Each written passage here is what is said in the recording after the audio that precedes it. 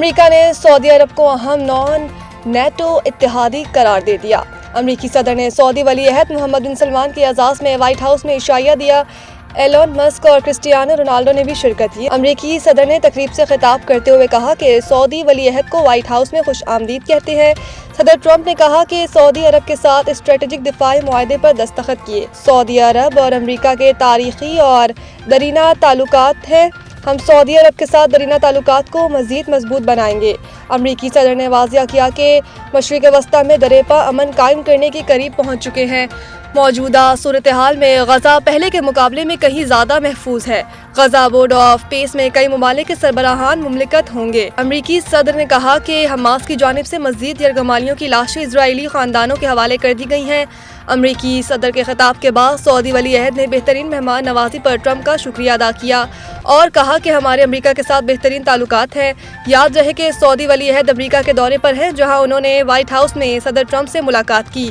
ملاقات کے بعد وائٹ ہاؤس کی جانب سے جاری اعلامیے میں کہا گیا کہ امریکہ اور سعودی عرب کے درمیان سول نیوکلیئر معاہدے پر اتفاق ہو گیا۔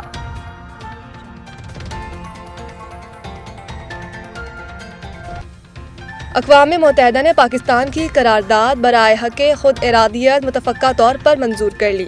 اقوام متحدہ کی ایک کمیٹی نے اتفاق رائے سے پاکستان کی ایک قرارداد منظور کر لی، جس میں ان اقوام اور عوام کے حق کو خود ارادیت کے جامع عزم کو دوبارہ اجاگر کیا گیا ہے، جو اب بھی نو آبادیاتی غیر ملکی اور اجنبی تسلط کے تحت ہے۔ پاکستان نے اس موقع پر واضح کیا کہ اقوام متحدہ اپنے مقاصد اور اصولوں کے مرکز میں رکھتی ہے، اس حق کو رکھتی ہے۔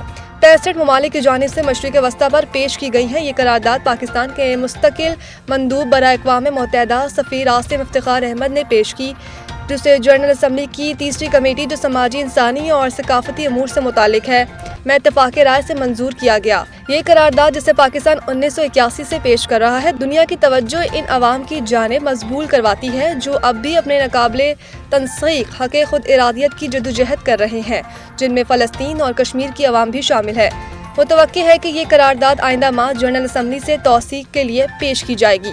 قرارداد کے 193 رکنی جنرل اسمبلی غیر ملکی فوجی مداخلت اور قبضے کی ان کارروائیوں کی سخت مخالفت کرے گی جو اقوام اور عوام کے حق خود ارادیت کو دبانے کا باعث بنتی ہے، اور ایسے اقدامات کی ذمہ داری ریاستوں سے نہیں بلکہ فوری طور پر روکنے کا مطالبہ کرتی ہے۔ ایسے اقدامات کی ذمہ دار ریاستوں سے انہیں فوری طور پر روکنے کا مطالبہ کرے گی۔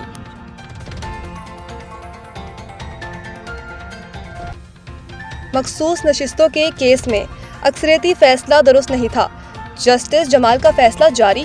مخصوص نشستوں سے متعلق کیس میں جسٹس جمال مندوخیل کا اکثریتی فیصلے پر جزوی اپیلیں منظور کرنے کا فیصلہ جاری کر دیا گیا۔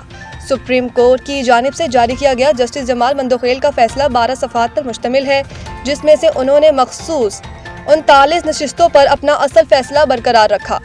جسٹس جمال مندوخیل کے فیصلے کے مطابق 81 نشستوں کے معاملے میں اکثریتی فیصلہ درست نہیں۔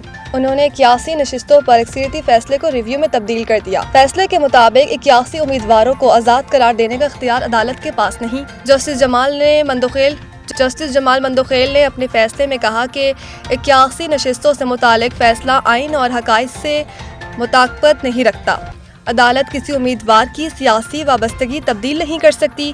81 امیدواروں کا معاملہ عدالت کے سامنے زیر التوا نہیں تھا۔ فیصلے کے مطابق 81 امیدواروں کے بارے میں اکثریتی فیصلہ اختیار سے تجاوز تھا۔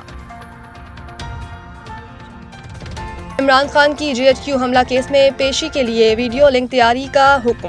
جی ایچ کیو حملہ کیس کی سماعت انسداد دہشت گردی عدالت کے جج امجد علی شاہ کے روبرو ہوئی، تاہم آج بھی کیس کا ٹرائل نہیں ہو سکا، جس کے بعد ملزم شیخ رشید، سمابیہ طاہر اور دیگر حاضری لگا کر واپسی روانہ ہو گئے۔ آج کی سماعت میں ویڈیو لنک آن نہیں ہو سکا۔ تفتیشی افسر نے عدالت کو بتایا کہ مقدمے کے گواہ کرکٹ اسٹیڈیم ڈیوٹی پر ہیں، جس پر عدالت نے گواہان کو طلب کرتے ہوئے سماعت 3 دسمبر تک ملتوی کر دی۔ عدالت نے کہا کہ آئندہ سماعت video link what's app call پر ہوگی۔ عدالت نے سپرنٹنڈنٹ جیل اڈیالہ کو جیل میں بانی P T I Imran Khan کی پیشی کے لیے ویڈیو لنک تیاری کا حکم دیا۔ دوران سماعت وکلا صفائی کی جانب سے عمران خان سے فوری ملاقات کرانے کی درخواست دائر کی گئی۔ وکیل فیصل ملک نے موقف اختیار کیا کہ کلائنٹ بانی چیئرمین عمران خان سے کیس کے سلسلے میں مشاورت ضروری ہے۔ بعد ازاں میڈیا سے گفتگو کرتے ہوئے وکیل فیصل ملک نے کہا کہ 27ویں یعنی ترمیم بنیادی انسانی حقوق سے متصادم ہے۔ دونوں 26ویں اور 27ویں ترامیم رول بیک ہونی چاہیے۔ دونوں ترامیم جمہوریت اور آئین پر حملہ ہیں۔ لاہور میں فضائی آلودگی میں کمی، بھارتی شہر دلی دنیا میں سرفہرست۔ ماحولیاتی ویب سائٹ کے مطابق صوبائی دارالحکومت لاہور فضائی آلودگی کے اعتبار سے دنیا میں 7ویں نمبر پر پہنچ گیا۔ ایئر کوالٹی انڈیکس 206 ریکارڈ کیا گیا۔ اس کے علاوہ پنجاب کے مختلف شہروں میں فیصل آباد میں AQI 349، گجرانوالہ میں 344 اور ملتان میں 272 ریکارڈ کیا گیا۔ بھارتی دارالحکومت دہلی فضائی آلودگی میں بستور پہلے نمبر پر۔ ایئر کوالٹی انڈیکس 407 تک پہنچ گیا۔ دوسری جانب قومی ادارہ صحت نے خبردار کیا کہ اسموگ سے سانس کی بیماریاں پھیلنے کا خدشہ ہے۔